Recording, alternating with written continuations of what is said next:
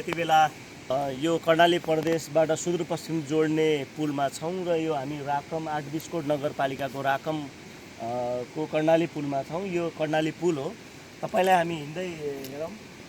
यहाँ कर्णाली पुल हो र यो कर्णाली चाहिँ नि जब चिसापानीमा जान्छ त्यति बेला चाहिँ सेती नदी र त्यति बेला भेरी नदी त्यसमा जोडिसकेको हुनेछ र अहिले तपाईँ हेर्नुहुन्छ यो सेती र भेरी भन्दा ठुलो तपाईको चाहिँ कर्णाली यो बीचबाट बग्ने गर्छ।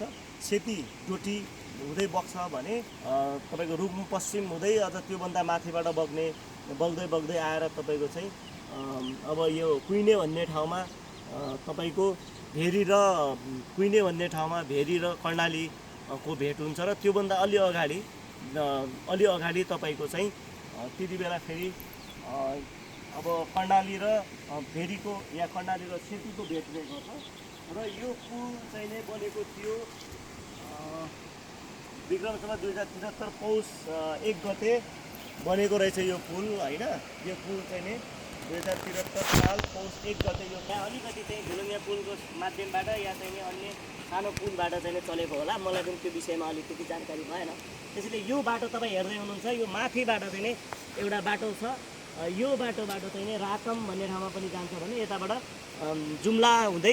जुम्ला कालीकोट लगायतको ठाउँहरूमा यो बाटोबाट जाने गर्छ। तपाईँले देख्नुभएको छ र यो बाटो तपाईँ यताबाट गएर यसरी चाहिँ तपाईँ हेर्नु होला। यसरी तपाईँको यो बाटोबाट फेरि घुमेर अनि हामीले पनि जान चाह्यो भने यो बाटोबाट घुमेर जान चाह्यो भने माथि यसरी जान सकिन्छ हैन। यो हो। त्यसैले अब हामी चाहिँ नि सुदूरपश्चिमको यात्रामा यसपछि हामी जान गइरहेका छौँ र यता चाहिँ अब पञ्चदेउल विनायक नगरपालिका यहाँ आउँदैछ। अगाडि 10 किलोमिटरमा पञ्चदेउल विनायक नगरपालिका आउँदैछ भने अब हाम्रो यात्रा चाहिँ सुदूरपश्चिमको यात्रा हुनेछ र अब हामी अछामको पञ्चदेउल विनायक हुँदै त्यसपछि कमल बजार हुँदै ढकारीसम्मको यात्रा अहिले हामी तय गरिराखेका छौँ।